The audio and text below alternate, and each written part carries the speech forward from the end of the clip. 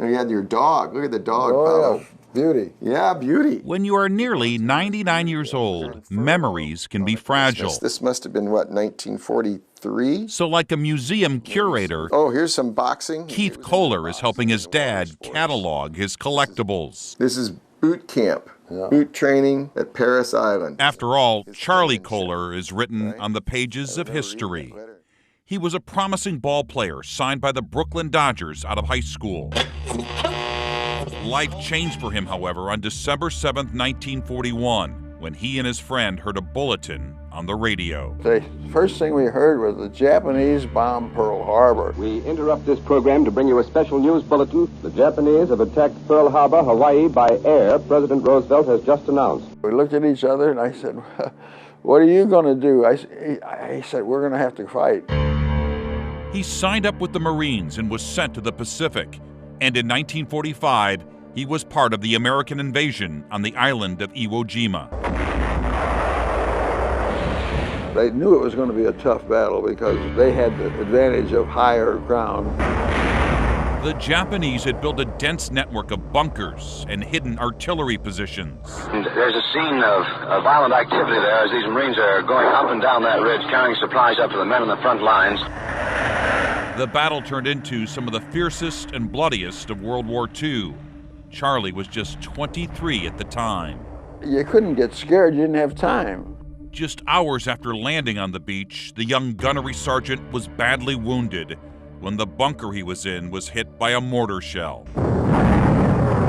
You just know right away. You know right away when you're hit. There's an explosion and you feel it. Bleeding and unable to walk, he crawled back to the beach and was eventually transported to a hospital ship.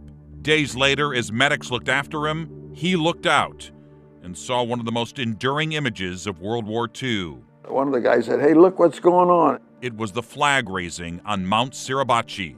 It wasn't quite up yet when I looked up. It was way back here, and they were coming up. All the guys were coming up with it, and you can't believe what the noise was on board that ship. The cheers were premature.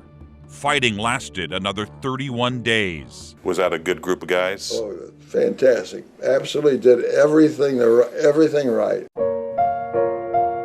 Charlie would spend the next year in the hospital with 2 badly mangled legs. After returning home, he married his sweetheart Juanita, raised 3 boys, and built a successful printing business. But he almost never talked about the war. Only when I asked, Mike, I needed to kind of prompt him for any information. One reason for that? He made it off Iwo Jima, but his younger brother did not. Edwin was one of the nearly 7,000 Marines who made the ultimate sacrifice to take the island. Charlie still has the telegram the Western Union man brought to his parents' door. A painful memory.